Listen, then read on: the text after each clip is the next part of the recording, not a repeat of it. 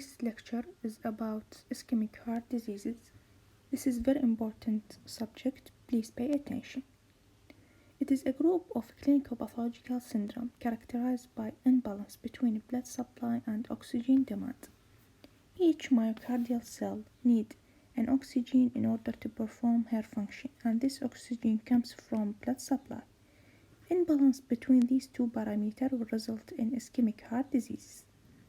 Imbalance may be in form of increased oxygen demand, such as in left ventricular hypertrophy, or in decreased blood supply, such as these causes.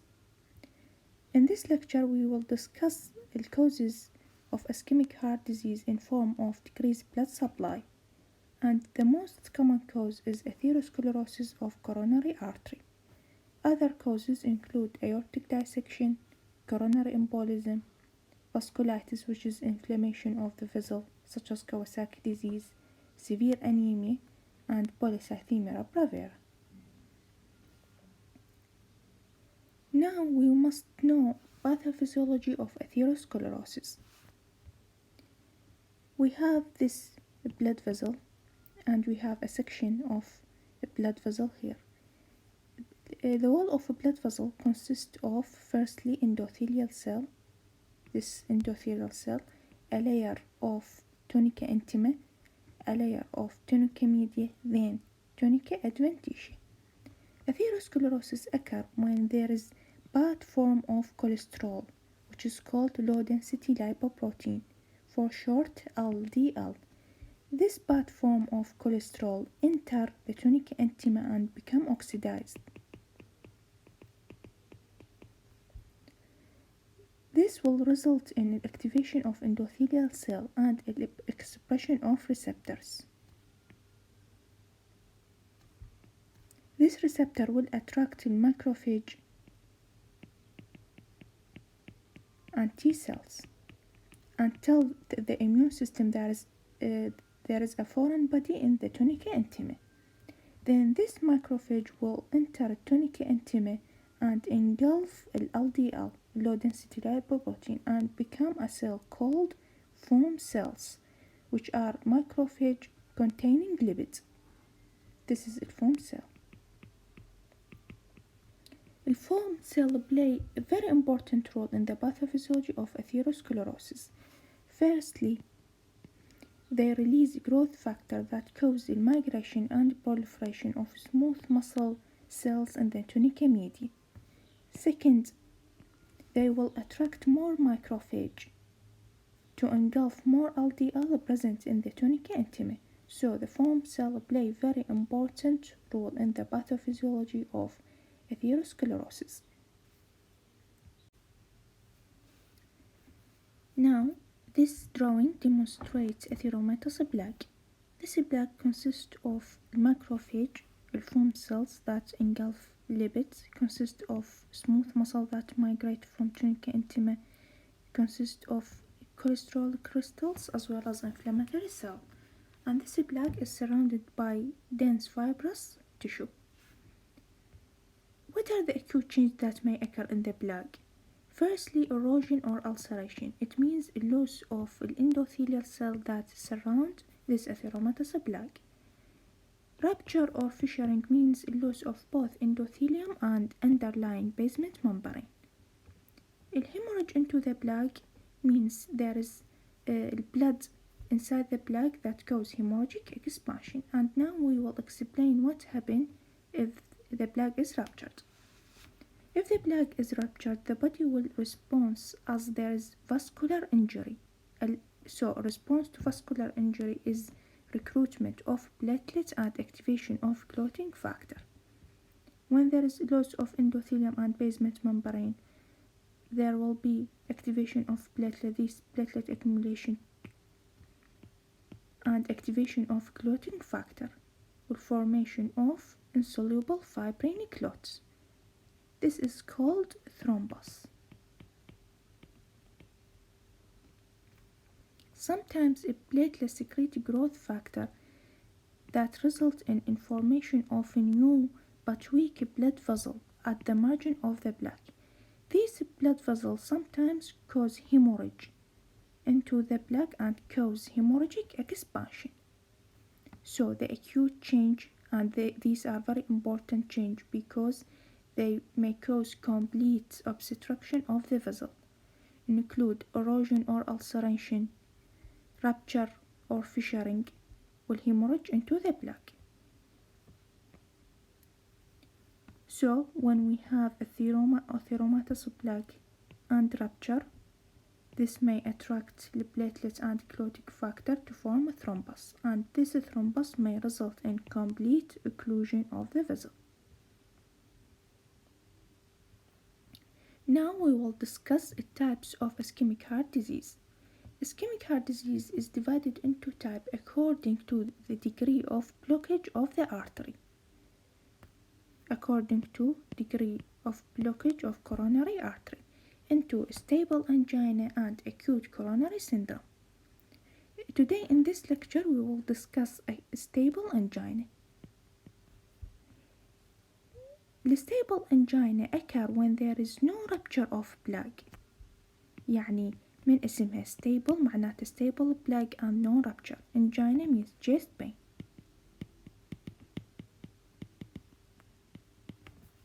That's why it's called stable angina. Acute coronary syndrome, we will discuss it in a separate lecture. What are the risk factors of ischemic heart disease? They are divided into two types. Modifiable means they can be changed, such as hypertension, smoking, diabetes mellitus, hyperlipidemia, and obesity. Non-modifiable, we cannot change them, such as the age of the patients, gender. Ischemic heart disease more commonly occur in male. Family history. These are very important risk factor for ischemic heart disease. Regarding stable angina, other names are classical angina or exertional angina. It is an ischemic heart disease characterized by chest pain occur during exertion and relieved by rest.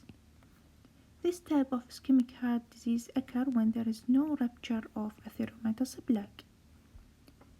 Occlusion of coronary artery disease at least 70%. خلينا نوضحها. عندنا هنا coronary artery وهنا اكو atheromatous plaque و unruptured. This plaque must occlude at least 70% of the lumen in order to cause symptoms, because 30% of blood pass through this blood vessel is enough to meet the need of myocardial cells, but it is enough to meet the need of myocardial cell during rest. But if there is exertion such as running, exercise, walking for long periods, climbing the stair, this 30% of blood will not enough to meet the need of myocardial cell during exercise. What are the characteristics of chest pain in stable angina? It is substernal pain, pressure-like, short duration about 5 to 15 minutes, aggravated by exertion يعني يزداد chest pain during exercise, and relieved ويرتاح during rest. ال ECG electrocardiogram may be normal at presentation يعني ما تلقون finding. Mostly there is no finding on ECG during presentation. Stable angina characterized by negative cardiac biomarker. This is a very important investigation to differentiate between stable angina and myocardial infarction, and also to exclude the MI, myocardial infarction, which is very dangerous and life-threatening complication. Now let's discuss this case. We have a 58-year-old male teacher notices the sudden onset of chest tightness when he walks across the parking lot to and from the school. The pain, which is localized over the sternum, goes away when he sits down. He does not experience any pain or discomfort at other times. He has mild hypertension for which he is on ordinary therapy. or on dietary therapy. His cholesterol level is elevated. He does not smoke. مريض نفصل الكيس نبدي firstly بالage 58 male. Sudden onset of chest tightness يعني يحس بضغط في منطقة الchest. When he walks across the parking lot يعني this chest tightness is exacerbated or aggravated when he walks يعني يسوي فشي exertional أو يعني يعمل جهد. The pain which is localized over the sternum يعني location of the pain goes away يعني relieved when he sit down or relieved by rests. This is a classical symptom of a stable or exertional angina. He does not experience any pain or discomfort at other times, but he has risk factors for ischemic heart disease such as hypertension and elevated cholesterol level. These are risk factors for ischemic heart disease. So together with a classical symptom of exertional angina such as localized chest pain at the sternum, relieved by rest, aggravated by exercise, with the risk factor of ischemic heart disease, the most likely diagnosis is stable angina. What is the most likely mechanism for these symptoms? The most likely mechanism is atherosclerosis of coronary artery disease. As we discussed before, the atherosclerosis of coronary artery is the most common cause of ischemic heart disease. What are the microscopical features? Let's discuss the microscopical feature. First, we have this coronary artery, low magnification. First, we have narrowing of the lumen of coronary artery. This is the lumen. We have fibrous cup, and we have this central necrosis contain lipids. In this medium power or medium magnification of the wall of coronary artery, we have this intimal layer which is thickened by the presence of multiple foam cells contain lipids and the presence of cholesterol crystals as well as inflammatory cells. So in order to describe this microscopic feature, we have intimal layer thickened by the presence of multiple foam cells, cholesterol crystals as well as inflammatory cells. This is a fibrous cup which is also contain multiple inflammatory cells, and this is the narrowing lumen.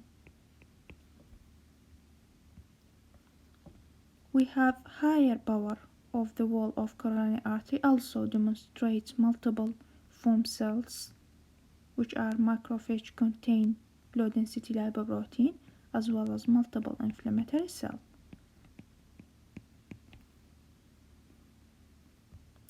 This is regarding the macroscopic feature